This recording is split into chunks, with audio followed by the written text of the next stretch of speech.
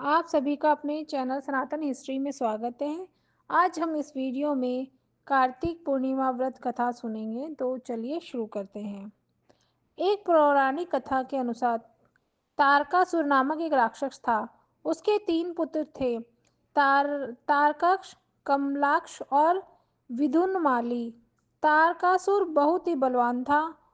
उसने धरती व स्वर पर अपना आतंक मचा रखा था, जिसे परेशान होकर देवताओं ने भगवान शिव से उसका आतंक का अंत करने के लिए प्रार्थना की। उसकी प्रार्थना सुनकर भगवान शिव ने तारकासुर का वध किया। इससे देवता बड़े प्रसन्न हुए। उसके तीनों पुत्रों को यह सुनकर बड़ा दुख हुआ और उन्होंने इसका बदला लेने के लिए ब्रह्मा जी की घोर तपस्या की। उनकी तपस्या से प्रसन्न होकर ब्रह्मा जी ने तीनों से वरदान मांगने को कहा। तीनों ने ब्रह्मा जी से अपने अमर होने का वरदान मांगा। ब्रह्मा जी ने अमरता के अलावा कोई दूसरा वरदान मांगने को कहा। इसके बाद उन तीनों ने कुछ देर तक इस पर बहुत विचार किया और फिर ब्रह्मा जी से कहा, आप 3 अलग अलग नगरों का निर्माण करें, जिसमें सभी बैठकर पूरी पृथ्वी और आकाश में घूम सके।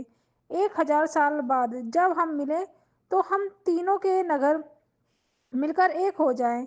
जो देवता तीनों नगरों को एक ही बाण से नष्ट करने की क्षमता रखता हो, वही हमारी मृत्यु का कारण बने।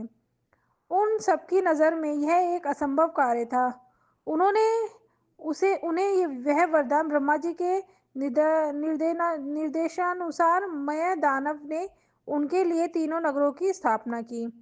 तारक तारकक्ष के लिए सोने का, कमला के लिए चांदी का और विदुनमाली के लोहे का नगर बनाया। तीनों ने मिलकर तीनों लोगों पर अपना अधिकार जमा लिया। इंद्र देवता इन तीनों राक्षसों से बहुत भयभीत हुए और भगवान शंकर की शरण में गए। इंद्र की बात सुनकर भगवान शिव ने इन दानवों को नाश करने के लिए एक दिव्य रथ का निर्माण किया। इस दिव्य रथ की हर एक चीज देवताओं से बनवाई गई थी। चंद्रमा और सूर्य से पहिए बने थे। इंद्र, वरुण, यम और कुबेर रथ के 4 घोड़े बने। हिमालय धनुष बने और शेषनाग पंतंचा बने। भगवान शिव खुद बाण बने और बाण की नोक अग्निदेव स्वयं बने। इस दिव्य रथ पर भगवान शिव स्वयं सवार हुए। देवताओं से बने इस रथ तथा तीनों भाइयों के बीच भयंकर हुआ।